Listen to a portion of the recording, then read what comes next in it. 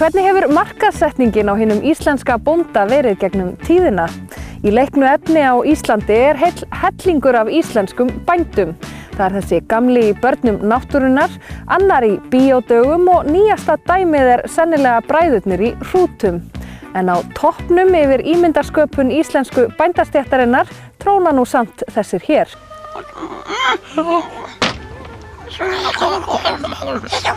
Við vorum nú bara sendir hingað í sveit sem börn. Þá var ekki nokkur fæða hér, svo við fórum bara söður aftur. Þá voru pabbi og mamma flutt eitthvað í burtu. Við bara fórum hingað og verið hérna síðan. Þetta náttúrulega bilun. Það ekki Magnús? Já, þegiðu.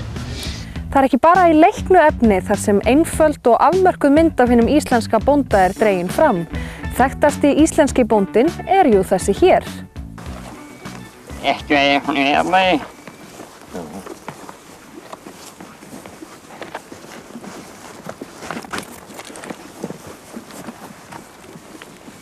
Ertu búinn að ná innsóluhegi? Já. Það svipað á venjulega? Já. Já. Eða líkt og með erðanum. Hefur þú aldrei verið með hest? Hefur þú aldrei verið með hest hérna? Jú, já, þú veist. Þú sérð ekki blöðin heldur? Nei, blöð alveg. Já, maður kemur ekki eitt eina blöð. Já, ég var úti og ekki daginn.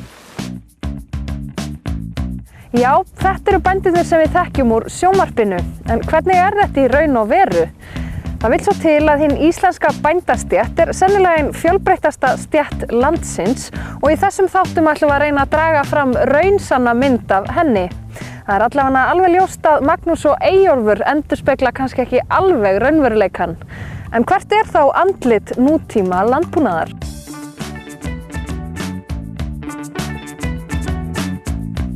Ég ætlaði mér alltaf að verða bóndi. Það var alveg öruggt. Og hérna, Margrét systir mín sagði mér það að þegar ég var bara lítill, bara gutti, þá var ég alltaf að svara í símann hérna, heimasímann þegar hann hringdi. Og ég kynnti mig alltaf sem Jón bónda á Hóli. Og það var bara ákveðið að ég ætlaði að vera bóndi. Þegar ég kláraði fjölbraut þá fór ég og kláraði það sem kallaði óbundið val í skólanum upp á Hólum. Fór á hrossabrautinu þar og ég sem búfræðingur líka á hrossabraut á Hólum og í framhaldi af því fór ég að temja henni í Skagafirði. Tók eftir henni í Skagafirðinum. Þú hefur ekki snúið héðan síðan? Mjög lítið sko. Já, honum fyrst að finna líka. Pabbi minn fæddur 1928 og hann kannski, þessi kynslóð hans hefur kannski upplifað mestu breytingar í búskap.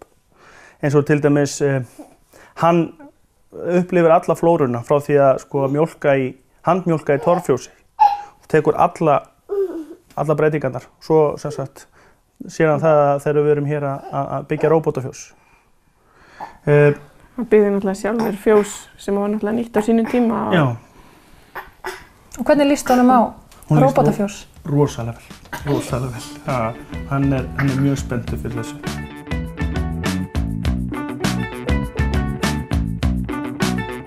Talvan búin að taka náttúrulega við stórum hluta. Þetta orðið svona þægilegri vinna, en mannlegi þátturinn alltaf til staðar.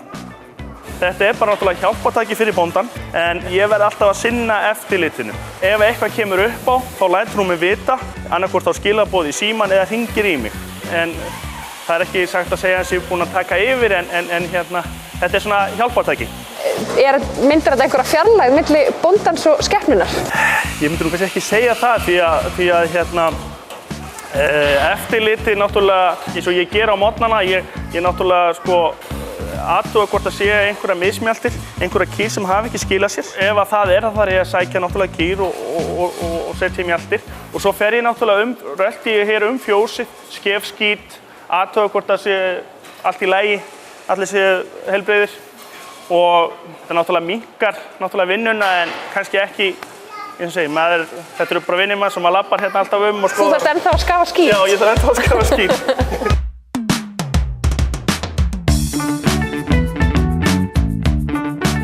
Hringrásin hér í fjósinu, þetta heitir fóðra fyrst.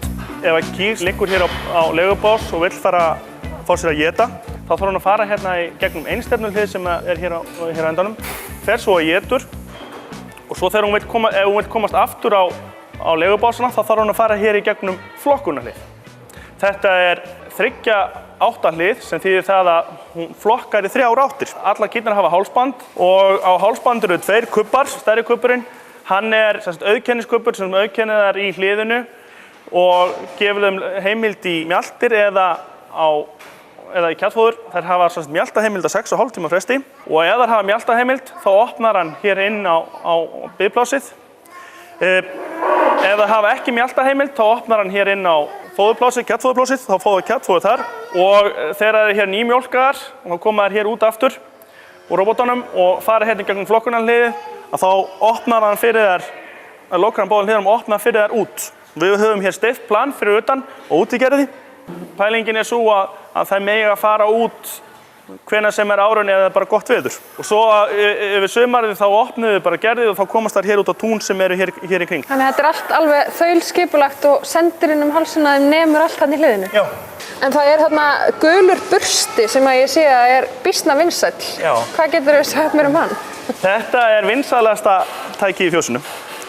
Þetta er, kýrnar elska þetta, gjörsamlega. Þetta er græja sem að þær standa í, þetta fer alveg frá höfði og aftur á halarót og þetta tímalaust eykur nitina, þetta er meiri vellíðan, þetta er snilda græja og þetta heldur þeim líka hreinum.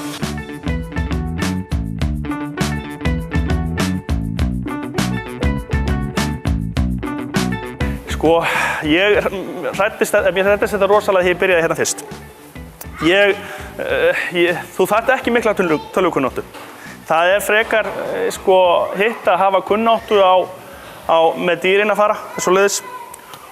En það þarf kannski ekki sérstaklega að vera sterkur. En tölvukunnátta eins og hjá mér þegar ég byrjaði hér, hún var alveg lágmark. En þetta náttúrulega fer rosalega vel með kýrnar. Og líka miklu betur með okkur. Vinnuaðstaðan er allt öðruvísi.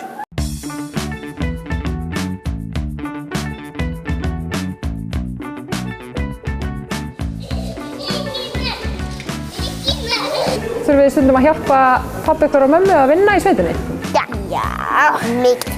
Flesta daga eftir að koma heim úr skólanum þá komaði með okkur í fjárhúsið og hjálpa til allavega að passa litla og svo þeir bara, þeim finnst skemmtilegt að moka skítinn í hesthúsinu og gefum hestunum að borða og gefum þeim að drekka. Nú sullar svolítið í leiðinni. Já, svo er eins og Ingimann, honum finnst gaman að hjálpa til í fjósinu, gefa hey, gefa kjattfóður kálfunum. Ég er svona vannilega að koma svona einn í fjósið og sitja alltaf annað fyrir fram með róbotann og kíka alltaf hvað kýrnar eru og er alltaf mest að horfa á kýrnar. Og hann er mjög áhugasamur ef ég set eina kvígu saman við hópinn, mjólkurkýrnar, og hann veit ekki það og þá átt hann að sjá því eftir smá stund. Það er alltaf eitthvað að gera í sveitinni, Alltaf eitthvað að gera.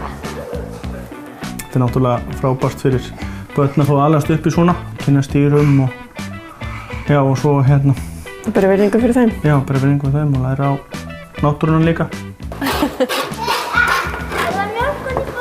Þetta gengur allavega ágætlega, er það ekki? Já, ég samt ekki viss að ég myndi vilja mjólka alla kýrnar mína svona. Ekki?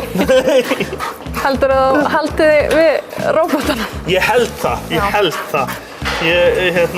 Mér líst svona betur á þetta. Það er svona pínu rómantík í þessu samt.